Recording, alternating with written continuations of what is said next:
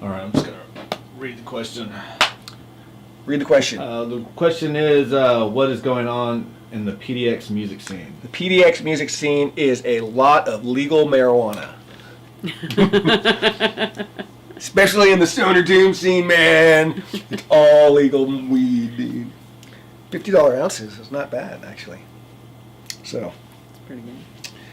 I think Portland is, along with like Maryland, one of the strong old school outposts for this kind of music. Yeah. Like for Right. stoner doom and stuff like that. Even though it's not traditionally like southern rock from like where Caius and all that kind of stuff is, there's something about the dark up here, and with those bands like I mentioned before, like Yob and Witch Mountain and even the Obsessed and stuff like that, it's like there's something about it. And I think Portland's always had this stoner doom thing, this doom thing happening. Which reminds me.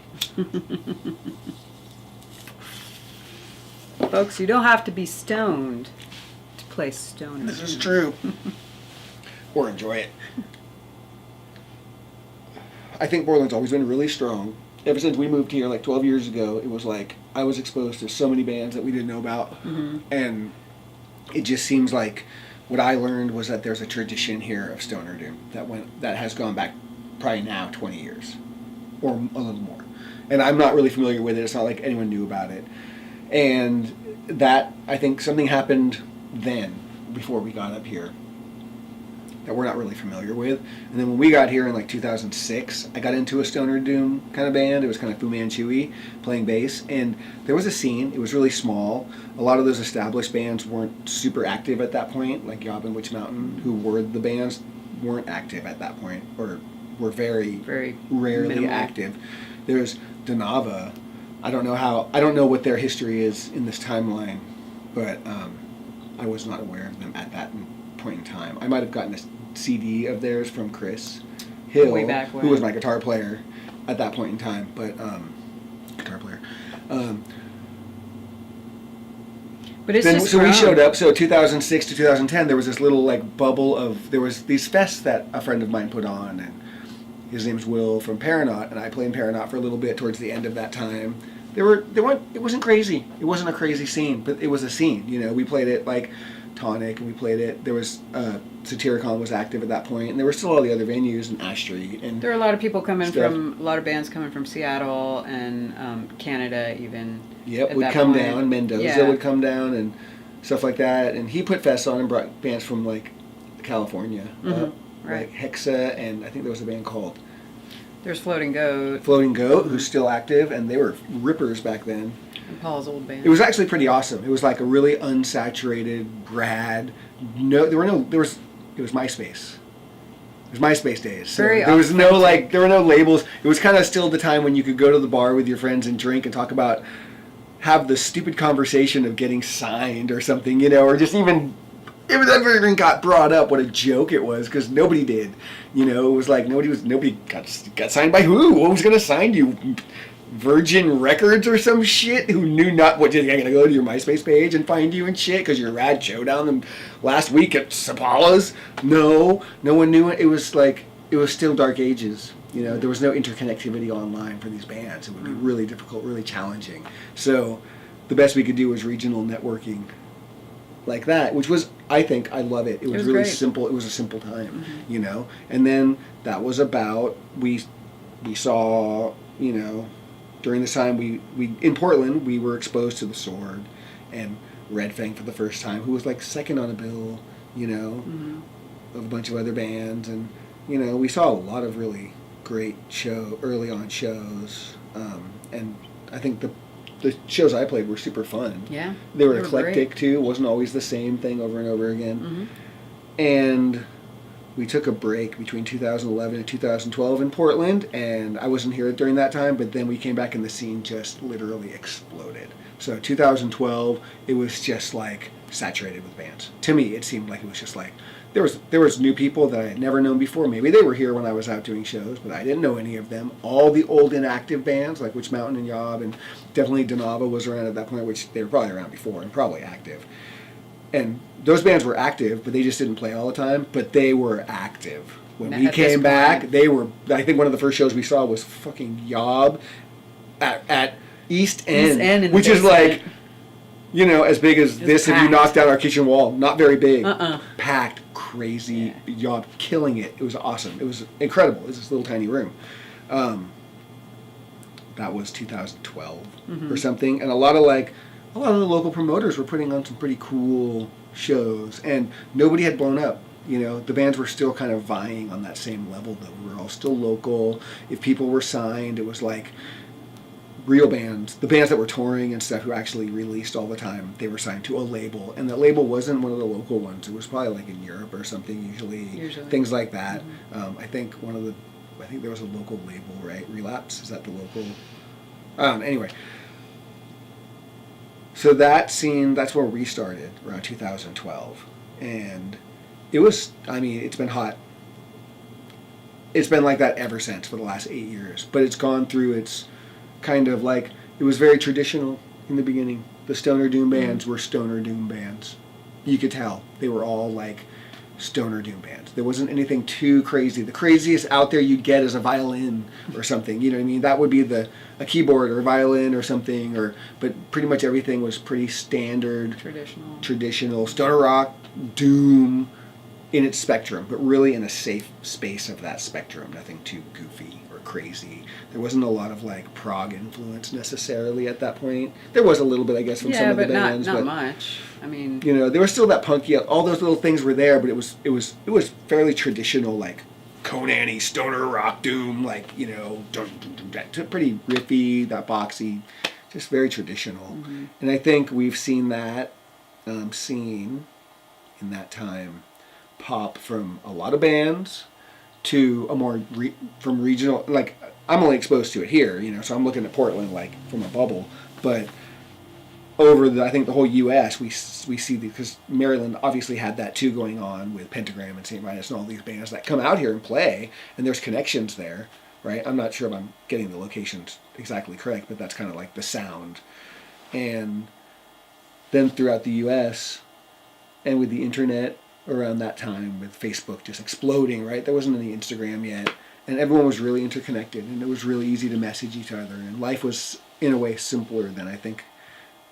Maybe it's just my perspective on it and my age or whatever, but life was easy to get on Facebook and hang out and hang out with people and talk and chat and be like, let's do shows, let's all do shows, and we were all really excited. It was really exciting. It was a really fucking exciting time for like 3 years. 2012 to 2014-15 was a really exciting time. Yeah. And then I think like at that point in time you saw an increase in not only bands and not only interconnectivity around the US and the world, but you also saw labels and blogs and all these reviews, which in a way it's like, it's really exciting to read about your band. You know, and at that point it was like, and read about your band on the 17 blogs that you sent your CD to digitally or something, you know. At that point you could get away with that, like digitally sending your numbers to the guy, and 17 different million people who were, I'm going to do a blog. Hey, you could do a blog. I could do a blog. She could do a blog. You know what I mean? A lot of people were doing stuff. And so, and then you were getting reviews. And they were all good reviews, usually, because no one's going to be like, this is the shittiest album ever. They just don't do the review. And usually it's pretty stock stuff a lot of the time. It's like, you know, it's so riffy like Sabbath, and the Judas Priest stuff on it is rad, and the vocals are like Geddy Lee. Wait, no, not Geddy Lee. Scratch that. Let's pick somebody better than that, you know? David Coverdale. Great. Okay, cool. We'll go with that. Robert Plant. And I'm not saying that it's all like that, but, you know, I think authentic interviewing is an art. I think good music is an art. So if you're going to be an interviewer or a blogger or something, you're going to unfortunately have to put the shitty stuff, the dirt, with the reality. You're going to have to give them the reality with the gold, you know, star or whatever as well. You did a really good job on this, but this wasn't great, because then the bands get better. And if you just tell them what they did right and pander to it, and you get a lot of positive response, you get a lot of positive response to your review or your album or whatever, but you're not really like being authentic and helping someone. So it's like, it's important as a reviewer, I think, to help the bands get better by telling them. I like when I read a review that says, like on one of ours, you know, something like, it's good enough to keep it going. I'm like, that's great. That's good for me, because it was our first EP. That's honest. And if you knew how we recorded it, that's a huge gold star for me. I'm going, great, you know, people, that's good enough for me on that album, because that was a really early album for us. We didn't know what we were doing. When we recorded, it was new, and I'm really happy with how it came out. Yeah. And then labels popped up. So you could get your vinyl, you could get released on vinyl. So like I said before, back in the day, we'd sit around the bar and joke. Vinyl, released on vinyl and signed to a label. Right. That was drunk talk. And now it's a reality out of the gate. It's so common. It's I so used common. to joke, not saying that there's not a quality control on one level, but at one point in the scene between 2012 and 2016, 17, it was saturated. Like you could literally press your own vinyl, which you still can, and it's even easier now. But then it was a little more work, and it was like getting your vinyl press was a thing. And then if you got your vinyl press, you got your reviews and stuff. It's like, damn, you're a real band. And that's just from Facebook. Really. So really, when it comes down to it, it's about getting out there and playing shows. It's about getting out there and going on the road. It's about getting out there and, you can sell all the merch you want and get all the reviews you want and get your vinyl and stuff, but really it's like the substance of your music. So here we are in Portland, right? And we have this explosion now, I think, of a really diverse music scene. Mm-hmm. I don't think it's as traditional as it used to be. I don't think that there's this locked tradition for stoner doom, and I don't think most of the bands that I'd even mention in the rest of the conversation fall into stoner doom most of the time. I think there's the stoner doom bands that are very traditional, and there they are. And then I think there's stoner rock bands that have showed up now, like newer bands, because I've seen a few waves. So like there's the 2012 to 2014 wave, and then in 2014 those bands either like broke up, stayed together, reformed, did shit, and then these new bands popped up. I think there was some like 2014, 2015 School of Rock, that also, that kind of right, that too started providing people, with once those kids grew up, they started forming bands, and that I think there was it grew.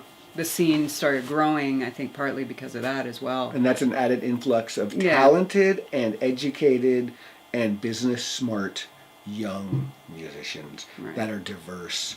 And while they're aware of the stoner doom thing, they're not. I don't think they're trapped in that. Well, you know what I mean? And also I think a lot of people come from outside of Portland because they know Portland's so saturated now, and it's a place that is, there's a lot of music. I mean, it's a big, huge music scene. So, tons of venues. So a lot of people, I think, gravitate towards Portland. I think we've to seen start that. something, So it may still increase, and a lot of bands may still form, but I think we're going to see less of that traditional Portland sound, which we're familiar with, and more of this new, less regional and more diverse type of music, because we're going to have different genres of music coming into that scene, and we're going to have different regions of the U.S. bringing their sound into that scene. And this is a relatively nice place to live, affordable, in my opinion, and it has that attraction, like Sabine's saying. It has the attraction that people want to come here. And it's kind of easy, in a way, to show up here and kind of play music. There's a lot of venues. It is There's easy. a lot of bands. Yeah. Sometimes there's a lot of mixing up of bands. And I think the more people that come here to do that, the more diverse it's going to get. So what I see is the bands that are established, if they can keep it together, continuing to become more established because the labels are getting stronger. And the interconnectivity of networking between the internet, on Facebook, and reality, like the real thing. I think companies in reality are getting savvy to the idea that Facebook is a place that they can draw from for profit. And I think right now, big companies, let's just say Rolling Stone for an example, are realizing, hey, there's profit in stoner doom. People are buying albums and selling shit. Is there something here? So the bigger corporate music scene will probably start turning attention to what we're doing and going, is there money to be made off of this? Because they're not out there going, we need to bring all the types of music up and expose them to everyone in the world. No, they're looking at profit. So they're going, is it profitable to run an ad on Yob, or should I run it on Taylor Swift this month in Rolling Stone? When will it get on the cover of Rolling Stone? When will it ever be that popular? Will it be a Summer of Love thing, or will it just be underground as it's been and kind of reach a peak and sit there and never really get picked up above that? We have to see. I don't know. I think what's going to happen in Portland and what's going to happen in the U.S. as far as this particular scene of heavy original music is going to be dependent upon technology. I'll bet we're going to see a lot of dependency on technology and how that technology and promotion, streaming, income, all that affects you because, you know, do you think we're going to not be, you know, because we went to Instagram, you know, the thing is it's gone from Facebook to Instagram now. And since we've seen the change to Instagram. Probably other things too that we don't even know. I find the change from Facebook to Instagram to become an impersonalization. Like, you know, Facebook has a lot more invasive information on there. There's a lot, you're giving up a lot more information and it's staying there in a way that's more easily accessible by someone viewing your page if you don't know how to set your privacy things. While Instagram is like just one long timeline for you. And no one's just going to sit there and go down one long timeline of photos to learn anything about you. It's going to be very snippet, while Facebook is more, you can get a lot of information if someone's input that information. So I feel like Instagram is a little more impersonal, but you can get things out there quicker. And it's the new thing. I think it's kind of taking over the Facebook business model. I think Instagram's probably like a quicker, safer. It seems to me to be more active than Facebook, and on a certain level, especially for music. It's pretty active. Yeah, and I'm kind of wondering, like, okay, well, once we run out of Facebook and Instagram, how else are we going to promote ourselves? What's the next better way? If Facebook and Instagram are our best way of promoting our businesses, I don't know if that's a good thing or not. And is Facebook and Instagram the best way to promote our bands? Is that the best way to do what we're doing? Is that important? And what's the next thing to do? You know? So it's like, I think technology plays a big part these days, because you can find out about a band in Alaska who may not be able to get out of Alaska. And then once you hear about them, somebody picks them up and takes them out of Alaska. It's almost kind of like, in a funny way, what's that TV show everyone shits on? I don't know. Many? The one where they vote? Oh, The Voice? No, the other one, the bigger one. America's Got Talent? Is that it? No, the bigger one. The biggest one. The biggest talent show. Isn't there another one too? It's been gone for a while. No, it's the one with Simon. Yeah.